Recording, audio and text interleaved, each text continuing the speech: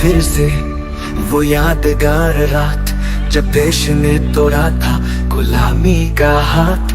तिरंगा लहराया आसमान में ऊंचा, देश के वीरों ने सपना सच किया।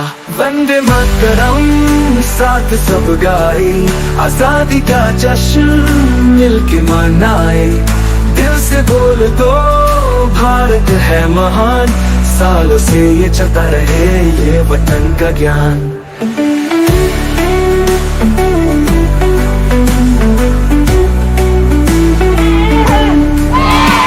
शहीदों की कुर्बानी कभी भूल न पाए, उन्हीं के दम पे हम ये आजादी लाए। गाओ गीत आजादी के हर गली और चौहा, भारत माँ के नाम पे सब कुछ है गवाना।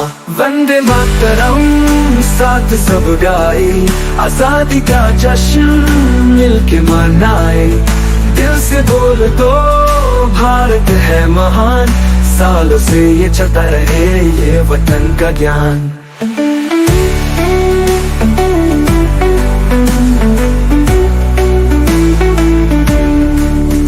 एकता और भाईचारा है देश की पहचान, रंग बिरंगे फूलों से खिलते हैं अरमान।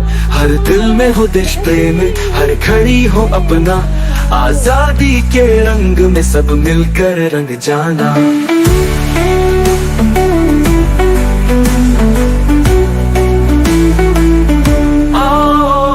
के कसम खाए, इस मिट्टी का कर्ज चुकाए, भारत के इस महान सफर को और सुनो गौर से दुनिया वालों, बुरी नजर ना हम पे डालो, चाहे जितना जोर डालो सबसे आगे होंगे हिंदुस्तानी।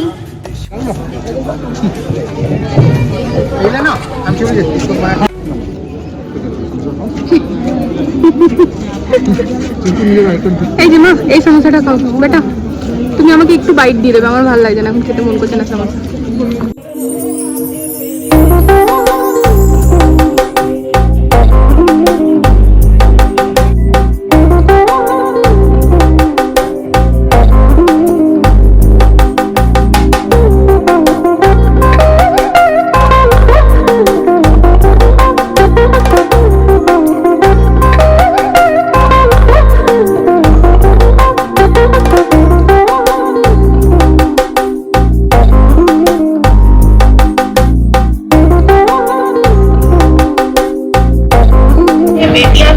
होती हैं तो क्यों सड़क पर निकलते ही उन्हें माल कहा जाता है, क्यों उनको गलत नजरों से देखा जाता है, क्यों उन पर अश्लील फिक्रे कसे जाते हैं, क्यों उन्हें असुरक्षित महसूस कराया जाता है, क्यों मौका मिलते ही उनकी अस्मिता को तार तार किया जाता है, क्यों मुंह बंद करके उन्हें जिल्लत से जीने के लिए मजबूर किया जाता है।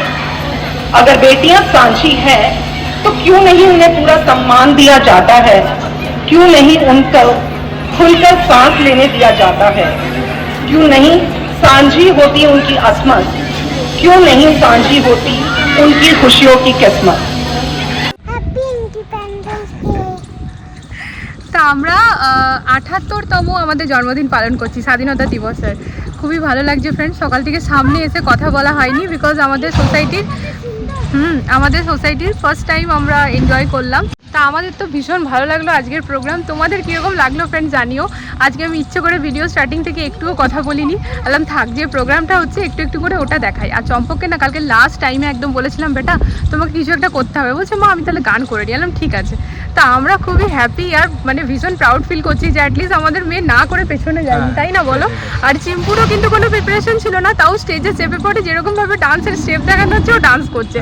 তো যাই হোক নেক্সট টাইম থেকে বাবুদের জন্য স্পেশাল আলাদা করে কোনো অ্যাক্টিভিটি ওদেরকে করাবো, মানে ইচ্ছে আছে এখানে বাবুদেরকে কিছু অ্যাক্টিভিটিসে আর কি জয়েন করানো ক্লাসেসে। তো দেখা যাক, ওগুলো তো পরের কথা। তো যাই হোক চলো এবার এখন আমরা একটুখানি মার্কেট যাব। মা কেবল নিচে আসেনি, ব্যালকনি থেকে দেখছিল আমাদের ঘরটা যেহেতু পার্ক সাইড এরিয়া না ফ্রেন্ড, সেই যে উপরেই আমাদের ব্যালকনি, যে সবসময় নিচে আসতে হবে এরকম কোনো দরকার নেই, ওইখান থেকেও সব দেখা যায়। এইটার জন্য আমার বরের একটুখানি আবার মানে এরকম হবে কি হ্যাঁ আমি বলেছিলাম পার্ক সাইডে নিতে, এই জন্য তো বলেছিলাম সব দেখা যাবে। ফেলে দাও। তো আমি পার্ট সাইডে নিতে বলেছিল স্পেশালি। তো যাই হোক, মা আসেনি, তো মা ওই জন্য ঘরে না ডাল ভাত ভেন্ডি ভাজা এইসব করে রেখেছিল, পাঁপড় ভাজা আলু সিদ্ধ। তো আমরা ঝটপট গিয়ে লাঞ্চটা করে নিয়েছি। আর এখন আমরা একটুখানি বেরিয়ে যাব ফ্রেন্ডস, মানে চিম্পু মায়ের জন্য কিছু কেনাকাটা আছে। তো চলো সাথে থাকো, দেখতে থাকো, সবটাই বুঝতে পারবে। বলো হানজি কি বলছে যে বলছে ড্রেসটা খারাপ হয়ে যাবে, 30 টাকাটাই দিয়ে দিচ্ছি।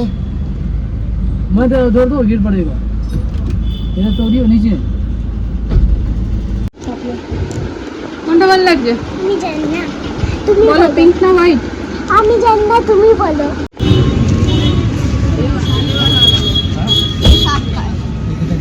ঘুরে ঘুরে ঠকে গেলাম, এই যে খালি মেয়ের কেনাকাটা। তো এখন লাস্টে রাখি নিতে এসছে। 30 সেলিব্রেশনের জন্য একটা শাড়ি আমি সেলাই করতে দিয়েছিলাম ফ্রেন্ডস, মানে শাড়িটা ফলস পিকো করতে, ব্লাউজ পিসটা ছিল ব্লাউজটা বানাতে। তো যেখান থেকে আগে বানিয়েছিলাম সেই ভাইয়াটার কাছে দিয়েছিলাম, কারণ বেশ ভালো বানিয়েছিল। তবে আমি না তাকে 2 দিনেরই সময় দিয়েছিলাম যে ভাইয়া আমাকে না এমার্জেন্সিতে দিতে হবে। সে কিন্তু রাজিও হয়ে যায়। বাট তারপরে আমার আর 30 সেলিব্রেশনে যাওয়া হয়নি, কারণ আমি আগে থেকে টাইসি ছিলাম, আমি জানতাম আমার হবে না হয়তো, তো সেরকমটাই হয়েছে।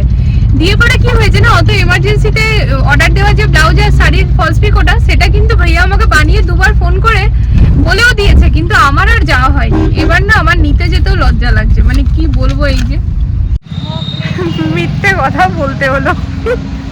তো এই যে শাড়ি,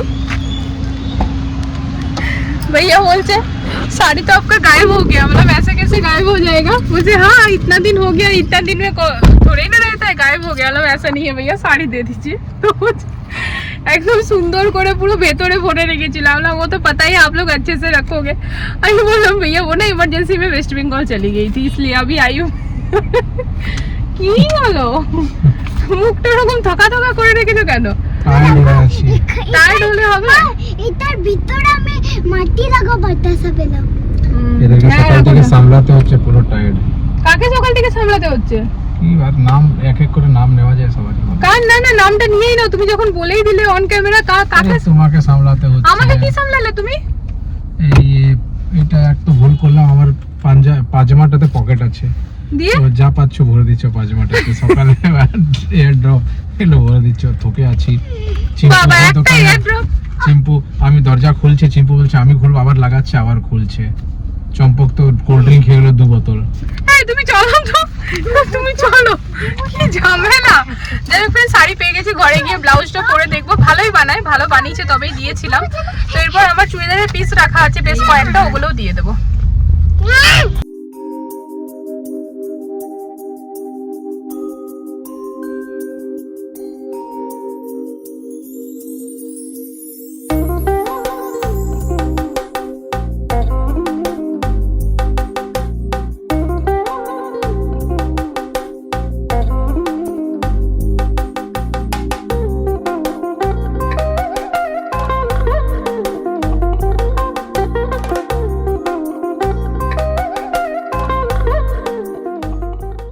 এই যে ফ্রেন্ডস, কাল সকালে যা যা আমার মেয়ের লাগবে সব কিছু এখানে গুছিয়ে দিয়েছি। তার ড্রেসটা এটার ভেতরে আছে, আর এই যেরকম জয়পুরি আর জ্যোতি বলেছিল সেটা তো পাওয়া যায়নি ফ্রেন্ডস, তো এরকম টাইপের কিনেছি।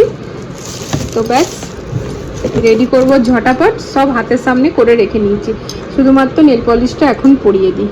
বারংবার বলছি শুয়ে পড়তে, মা এক্সাইটমেন্টে ঘুম আসছে না, বারবার কিন্তু একই কথাও বলে যাচ্ছে।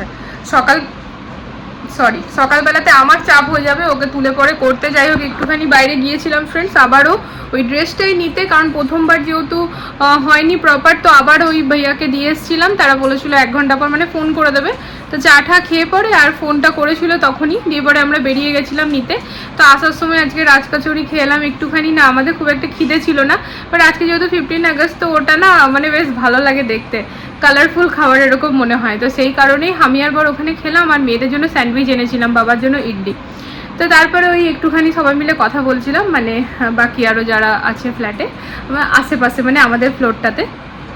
তো আমাদের ফ্লোরে এখন মোটামুটি আমাদের লাইনে আমরা মোটামুটি 3 জন প্রপার মানে আছি, বাকি আসবো সবার ঘরে মোটামুটি কাজ কমপ্লিট। তো ওই আর কি কথা বলছিলাম দাঁড়িয়ে আস্তে।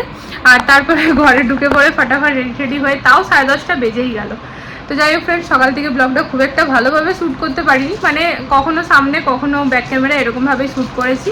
তা চলো, ভালো লাগলে সাপোর্ট করো ব্লগটা। আর সত্যি কথা বলতে না, মানে লাস্ট ভিডিওতে তোমাদেরকে যেরকম বললাম, মানে কোনো কিছুতে ওরকমভাবে মন বসছে না, যেরকম একটা থাকে না, কেমন জানি মনের ভেতর থেকে একটা খারাপ লাগা কাজ করছে। তো মানে ওটাই হচ্ছে, সবসময় একই কথা আর একই জিনিস নিয়ে তো বারবার বলতে পারবো না, কিন্তু না কোথাও না কোথাও একটা মানে কেমন টাইপের যে খারাপ লাগছে না, ঠিক বলে বোঝাতে পারবো না। আগের দিন আমি ব্লগের শেষে শেয়ারও করেছিলাম RG কর মেডিকেল কলেজের যে ঘটনা, সেই ব্যাপারে। তো ওটাই আর কি। যাই হোক, তো চলো ফ্রেন্ডস, আজকের ব্লগটা এখানে এন্ড করে দিচ্ছি। আবার দেখা হচ্ছে নতুন একটা ব্লগে। টাটা।